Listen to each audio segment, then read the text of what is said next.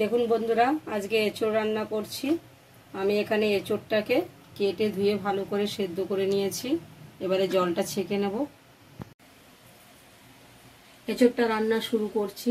প্রথমে আমি দেব শুকনো লঙ্কা, তেজপাতা, সর্ষের তেল দিয়ে দিচ্ছি। দিয়ে দেবো গোটা জিরে। এখানে আদা, রসুন, টমেটো বেটে নিয়েছি। কোচানো পেঁয়াজ দিয়ে এবার নাড়াচাড়া করে নিচ্ছি। পেঁয়াজটা যেই একটু লালচে লালচে হয়ে যাবে,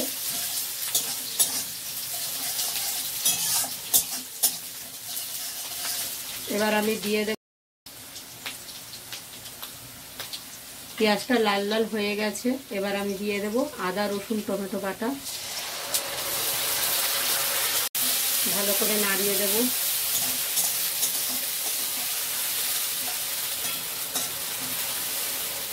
করে ছেঁকে নিয়েছি। এবারে আমি একে একে মশলাগুলো দিয়ে দেব। এখানে দিয়ে দেব আমি 2 চামচ হলুদ গুঁড়ো,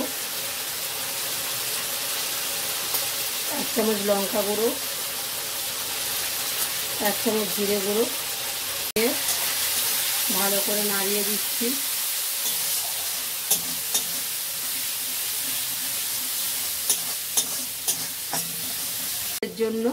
টেস্টের জন্য সামান্য চিনি দিয়ে দেব।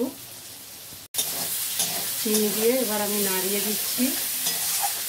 দেখুন বন্ধুরা, মশলাটা খুব ভালো করে কষে নিতে হবে।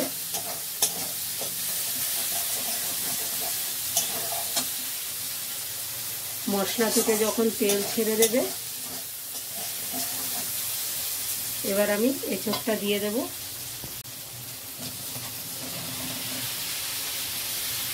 ভালো করে কষে নেব।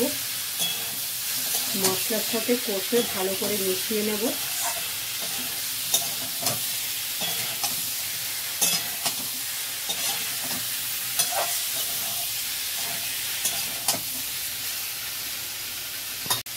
স্বাদ মতো নুন দিয়ে দিচ্ছি। নুন দিয়ে আবারও ভালো করে কষিয়ে নেব। যত ভালো করে কষাবো তত টেস্ট হবে খেতে।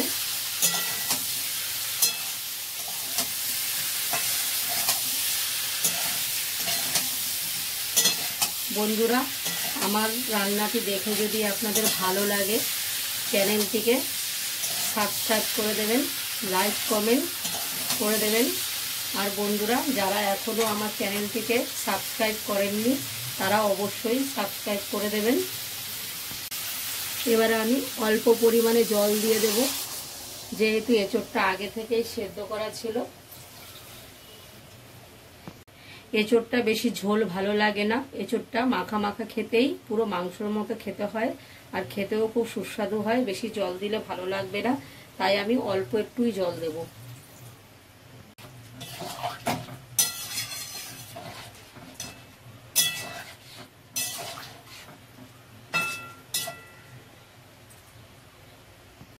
দেখুন বন্ধুরা, এঁচোড়টা ফুটে গেছে।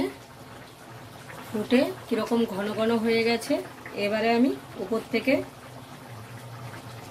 গুঁড়ো গরম মশলা 1 চামচ দিয়ে দেব।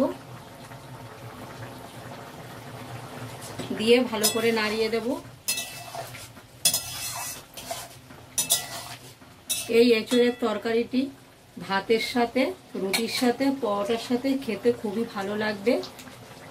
আপনারা বন্ধুরা কমেন্ট করে জানাবেন আমার রান্নাটি কেমন হয়েছে।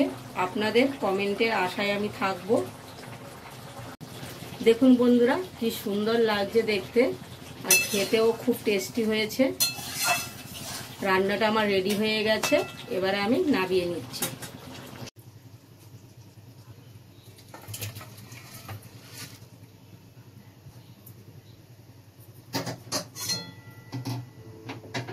বন্ধুরা, এঁচোড়টা দেখতে পুরো মাংসের মতোই লাগছে। আপনারা কিন্তু বন্ধুরা বাড়িতে অবশ্যই ট্রাই করবেন। ছোট বড় সকলে খুব পছন্দ করবে। আজ এই পর্যন্তই। আবার নতুন নতুন ভিডিও নিয়ে আপনাদের সামনে হাজির হয়ে যাব।